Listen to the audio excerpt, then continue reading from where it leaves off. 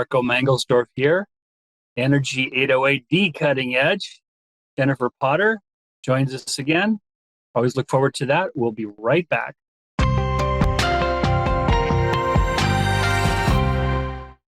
All right. Jennie Potter, here we are again on yet another auspicious Monday. Jennie Potter, former Hawaii PUC Commissioner and Director at Stratagen. Thanks so much for being back with me today in the show. Thank you so much for inviting me back. I think you must like me, so that's great. we and the viewers like to hear what you have to say because your contributions are always so juicy and always so rich. So thank you again. I just so appreciate being able to continue this conversation. So let's dive right into it. You have been toiling away at a grant application, if I'm not mistaken, that if the money were to come through, it would be a benefit to the state of Hawaii, the people of Hawaii. So I think it'd be great to learn more about what is possible as far as coming in the form of a grant, where the grant would come from, if you have an idea of what the total sum would be and where that money would be spent to benefit us all. I'd be happy to talk about that. So this is just a continuation. This grant application was a continuation of the work that I began with the commission many years ago in looking at equity issues for the state of Hawaii, and in particular, access to renewable energy assets for low to moderate income customers. So for the most part, low to moderate income customers have been left out of the energy transition and not been afforded the accessibility of these renewable energy assets. And so this is problematic because what we're doing is we're seeing, savings accruing to those customers that can afford these types of assets and not accruing to those that can't. So there becomes a greater energy burden to those low to moderate income customers that may in fact be subsidizing those customers that do have these types of assets. And so it becomes problematic. We just start opening a can of worms. So one way that it felt to address this was not only to go through the state legislature, which we did during my time at the commission, and we created a resolution that's called the Energy Equity Docket. And then also one that looks at the LIHEAP program, which is a program that's a federal program that provides assistance typically on a one-time basis to low to moderate income customers that are having difficulty paying their bill. So in the state of Hawaii, there is no state or utility run low income program where there would be like a rate subsidization or there would be a credit that would be offered on the bill. And so there's a need to address the fact that Hawaii is a little bit behind the power curve in that area, and that there was more work to be done, and that we could collaborate with our lawmakers and hopefully come up with an avenue to address equity issues. And so one of the outcomes of that was an energy equity docket and a proceeding that's now open in front of the commission. And this, in fact, includes one of the objectives of it is increasing the access to renewable energy assets. And so as I left the commission, I was given this incredible opportunity to participate in a Department of Energy grant, which is part of the Investment in Infrastructure Jobs Act. They're called the GRID grants, which is the Grid Innovation Program and Resiliency Innovation Program. And this project in particular is focused on low to moderate income customers and improving the resiliency and the reliability for those customers throughout the state of Hawaii. And those customers would be offered basically a free battery at their homes, hopefully coupled with photovoltaics, and they'd be utilizing the GEMS program, which is the Green Infrastructure Authority program. There's a resource that the state has set up with a pool of funds that offers low to moderate income customers a loan at very low interest rates, and even with poor credit, not great credit, and it allows them to install renewable assets and resources on their home or at their home, and also in multifamily dwellings.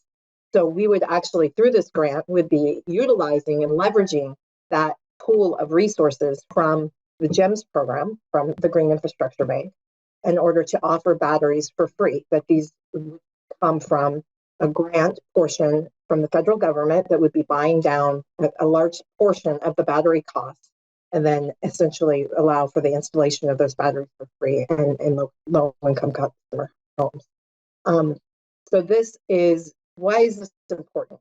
So we're talking about 100 megawatt hours of battery storage that we're looking to deploy over the next 5 years, and targeting areas that are typically more isolated, that are seeing more frequent outages, that don't have maybe the most robust resiliency plans. We're looking at community centers and disadvantaged communities that could really benefit from having photovoltaics plus batteries installed in order to make a more robust and resilient grid in particular on each of the HECO islands. So this is not including KIUC at this point, and so the grant in total will bring in about $60 million of federal monies, and that will be matched by the state program, which is the GEMS program, for another $60 million, which would be investing about $120 million into renewable energy infrastructure for low to moderate income customers.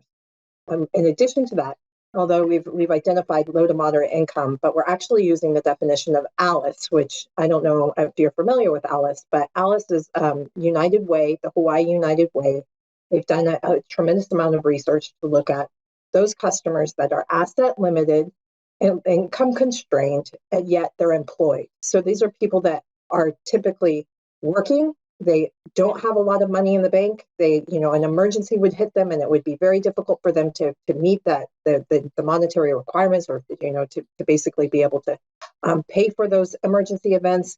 And so that increases the bar, if you will, for the type of customer that we're able to deploy these assets to.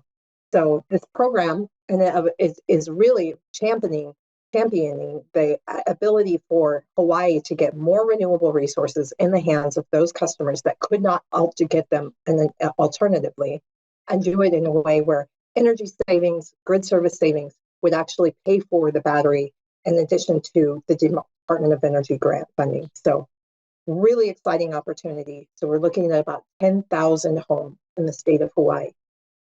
You figured out my next question. I was quickly trying to do some Rain Man math with 100 megawatt hours, you said, and I came up with the same number. I was figuring 10 kWh per site, which is easy math, right?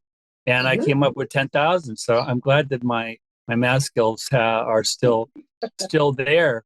So I mean, that's not chump change, obviously. And just to make sure I understand correctly, so the battery, if the money comes through, the battery would be paid for through the grant, and the PV system could be financed through GEMS, even for folks who don't necessarily, let's say, have good credit scores. So they're getting a substantial boost or substantial assist here to be able to take advantage of this. Okay, so I get it. So the next question, my friend Jennie, is when do you expect to hear an answer? And this is a grant that was applied for through DOE, Department of Energy. Yep, that's correct. When are you? When will your waiting on pins and needles be pow as far as getting news? So we're hoping in Q3 of 2023, and we'd be launching the program in the beginning, Q1 of 2024. So we wouldn't waste any time getting started, but hopefully we'll hear back in the fall. I wish it was sooner. And what would Stratagen's position, or what would Stratagen do? The money comes through, fingers crossed. Good thing for the state of Hawaii. What would Stratagen do? So the role of Stratagen is actually the overall project manager. So we would be ensuring grant compliance first and foremost. So, for example, the Davis-Bacon Act, which requires the payment of prevailing wages to those that are involved in our case, would be solar installers. So we would need to ensure compliance throughout the state that those solar installers were being paid a prevailing wage. That's just one example of grant compliance. But we'd also be doing measurement and verification, so ensuring that the batteries and the photovoltaic systems are working appropriately and as expected, and that we can actually utilize them to provide grid services. So that's one component. And we'd be doing a business cost, a benefit cost analysis as well to look at the types of grid services that can be provided, and the cost associated with providing those, and then determining whether, if this is a cost-effective solution that could be scaled throughout the state, and using different dollars, or throughout the rest of the country and other jurisdictions. So that's one of the things that the Department of Energy is very interested in learning about, is whether this is scalable. And then we would also be doing monthly reporting and all of that good jazz that comes with, oversight of project management.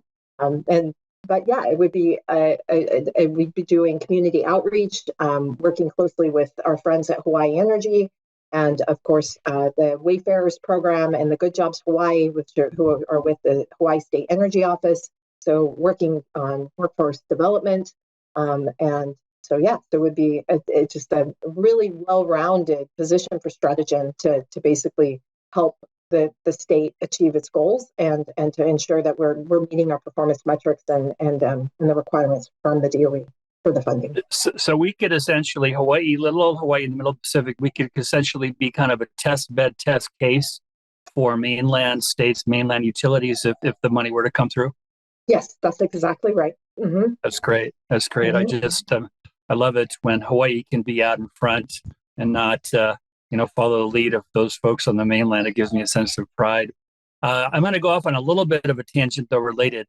So I think we both know that back in 2015, thanks to Senator Mike Everett and others, the legislature passed and was signed by Governor David Ige, community-based renewable energy, or CBRE. And now we're 8 years later, and I just looked this up on the Hawaiian Electric website earlier today. And if I understood it correctly, there's somewhere around 300 kW, 300 kilowatts total of CBRE that is actually installed, operational right now, with a number of megawatts in the planning stage yet to come at a date uncertain.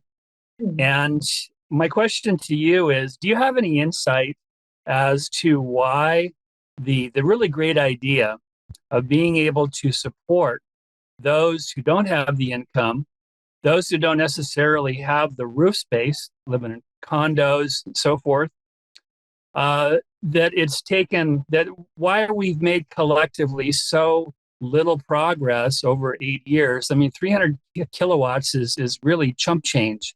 Now, megawatts will be less than chump change, but that has yet to be. So why has this taken so long? What's your take on that? I think there's a couple of factors that are at play. The first is that the interconnection requirement study with the utility can be a very, very arduous undertaking.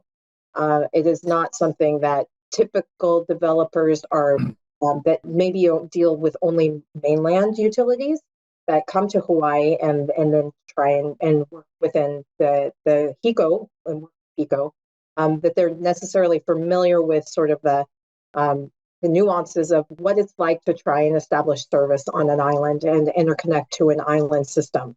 As we know, we're all on our own independent grids. And so the interconnecting to those grids with larger scale projects can be quite challenging, and getting all the components correct and ensuring that those interconnection requirement studies are done in a timely manner and are done in a cost-effective manner, and that the costs that come out of it that need to be incurred by the developer, that is something that has created some balk at the prospect of being a CBRE developer. So the cost can be quite prohibitive, and so that's one factor.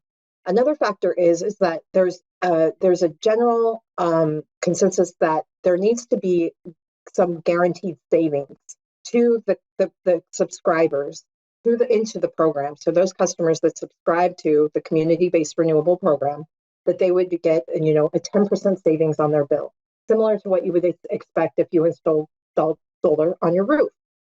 So you would expect to see energy savings almost immediately, right? But the challenge is that some of these projects have come in and they're so costly that savings isn't necessarily guaranteed, and it's not something that is certainly can be offered to customers without being rate subsidization from the utility or for other ratepayers.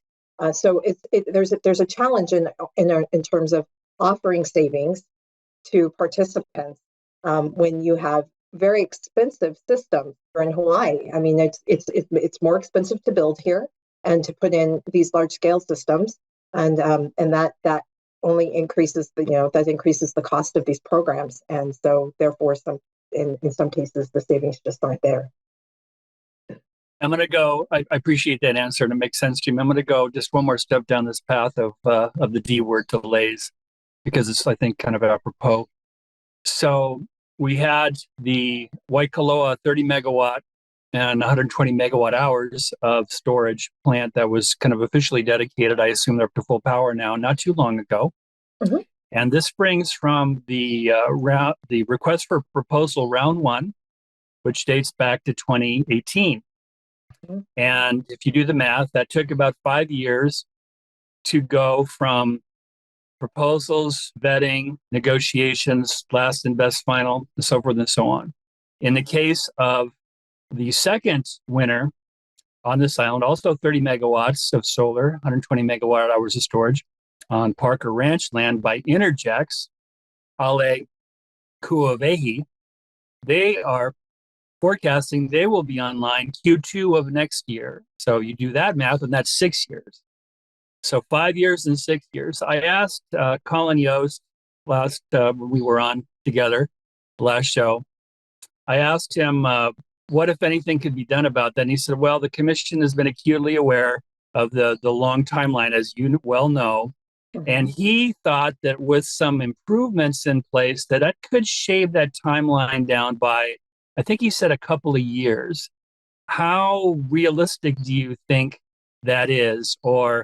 And again, I want to make clear that it's not just Hawaii where utility scale solar and or with storage is bogged down. I mean, it's across the United States mainland. It's even in California. It's in Texas. It's across the country. So our situation here is far from unique. How realistic do you think it is, since we're talking about the timelines here, that possibly a year or two could be shaved off now that we're in RFP 3, right? That conceivably at the end of the year, Hawaiian Electric will announce the winners. So I'll leave it to you. What's your take? All right. Well, one thing that I can note is there's a 2.17 megawatt system here in Lahaina on Maui. And I asked the developer how long it took in order for them to build and bring that to commercial operations on their commercial operations. And it took them 10 years. And that's quite appalling. And that was actually not part of an RFP process. But, the fact that we now are at 5 years shows some improvement, right? I mean, we've cut that in half. But in terms of being able to cut that down even further in half, that could be quite challenging. I think that there's we have some pretty remarkable challenges with the interconnection requirement study that have yet to be solved. There's a lot of mystery for developers when they go into the bidding process with the HECO companies, because they're not sure of what those costs will actually be, and the interconnection cost can be quite prohibitive for even a very small project, and so there can be some sticker shock that will require some additional negotiation. In fact, sometimes those contracts and back up, they end up back in front of the commission because they need to be renegotiated because of those interconnection costs. So that has happened in the past, which further delays the project. And if there is not cooperation and collaboration on what these costs are going to be, and really from an early onset, then you're going to have significant delays. So one of the improvements that was attempted in this third round of, there's actually quite a few improvements in the third round of RFPs. One of them was more transparency into the interconnection requirement study, so that developers could kind of have a little bit better idea of what they might be up against when they're going into the utility and they're at that stage of the development process, and not to be shocked at that point when they've already sourced resources to develop and build the project, and now all of a sudden this comes to a screeching halt because of those costs. Another one was a community benefits agreements, and those are opportunities for for the developers to engage with community groups in advance of there being any challenges or difficulties, especially when these are being sited near communities in general, just any community.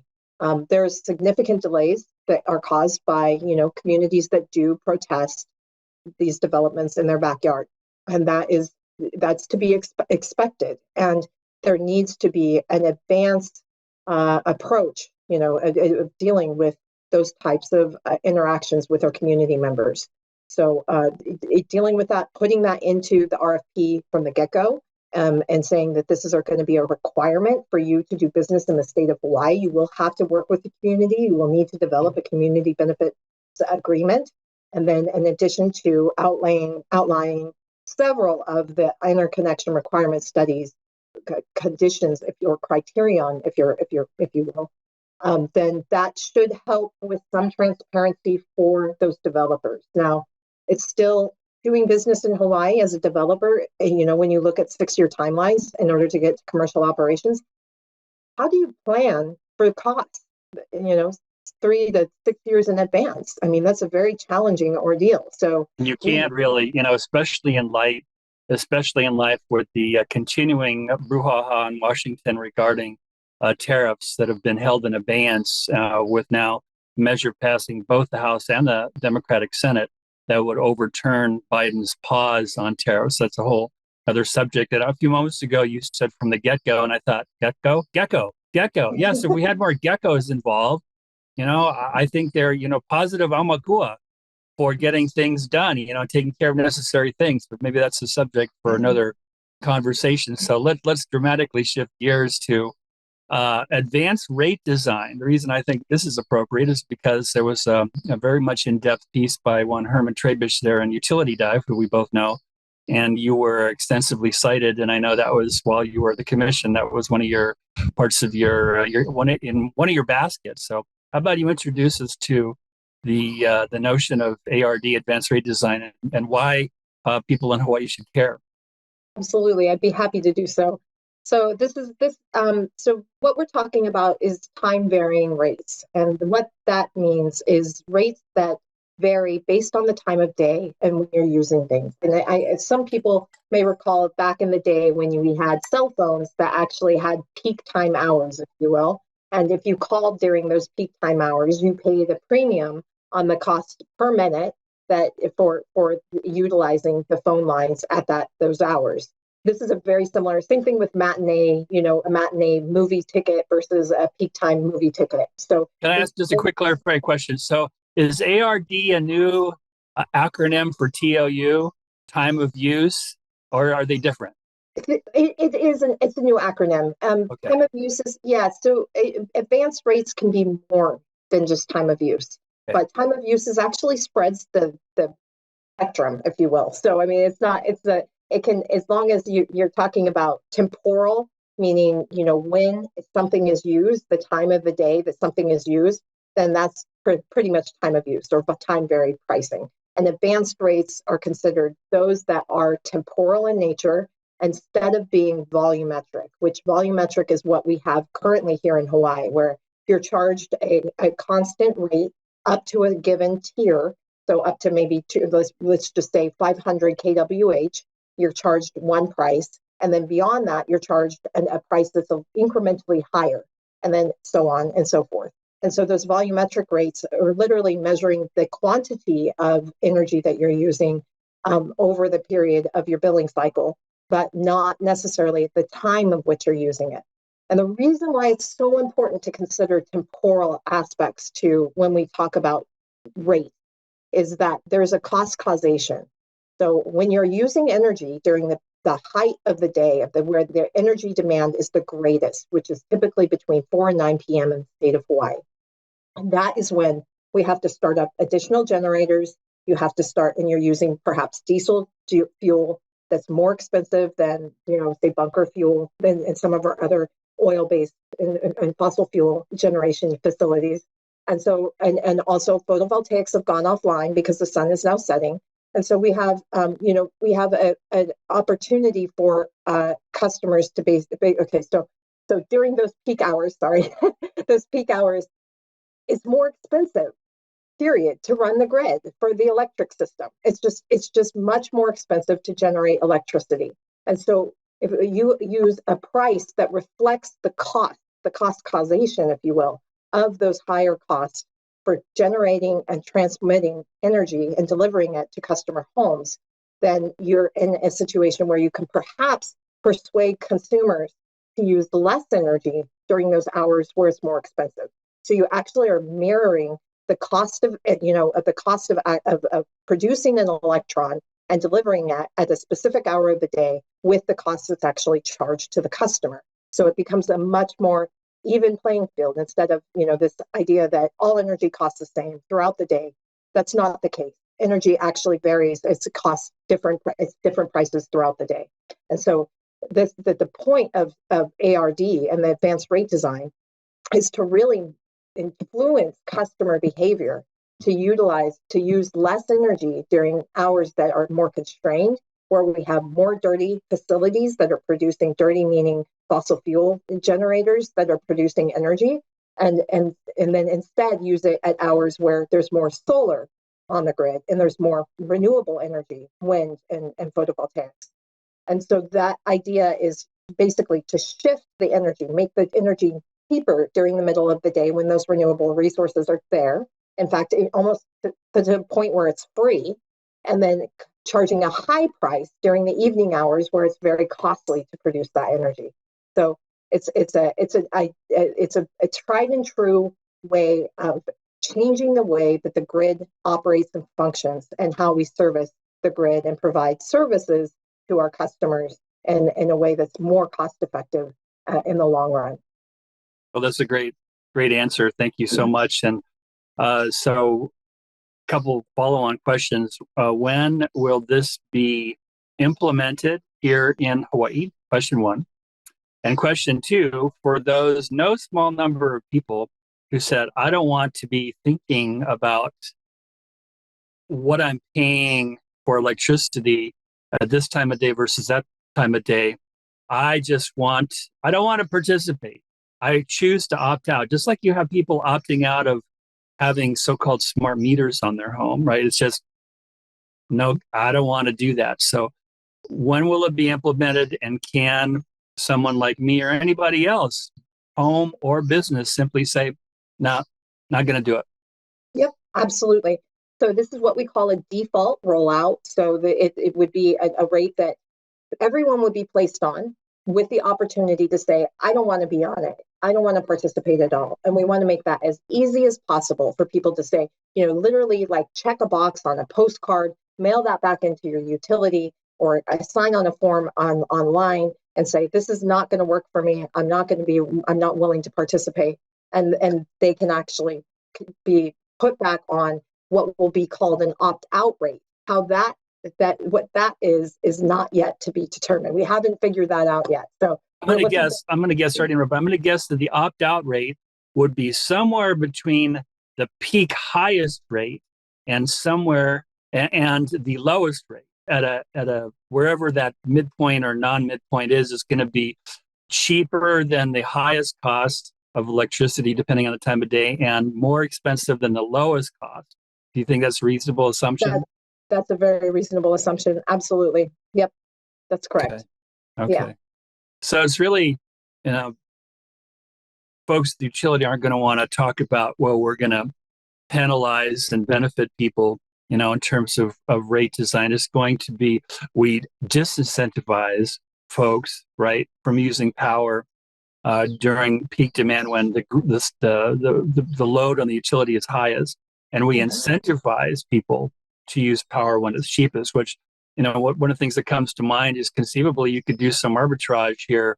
If you were to install storage, with or without solar, you could charge your batteries during the cheapest hours of the day and then use that stored energy from the grid and offset what you would be otherwise paying Hawaiian Electric at the highest rate, right?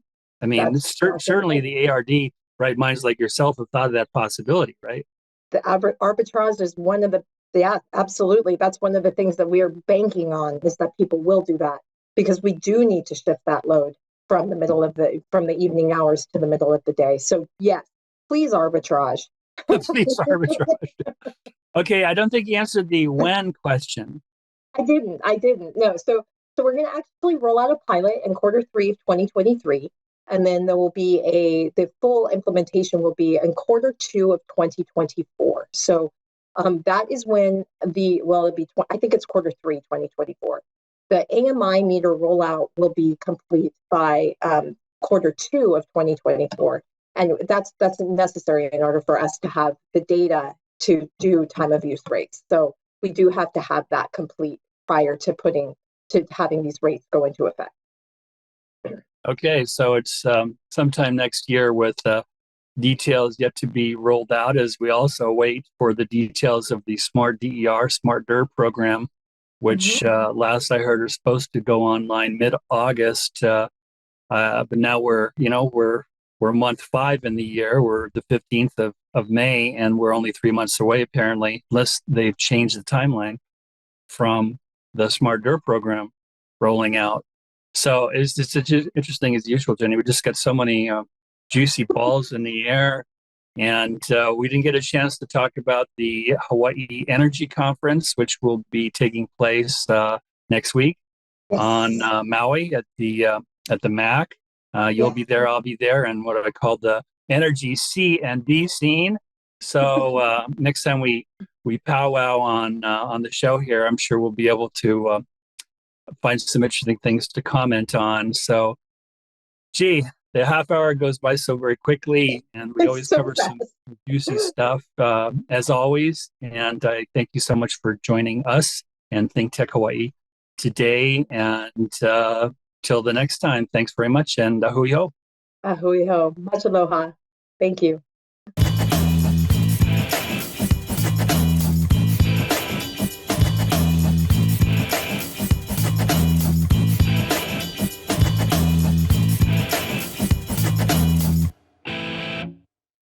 Thank you so much for watching ThinkTech Hawaii.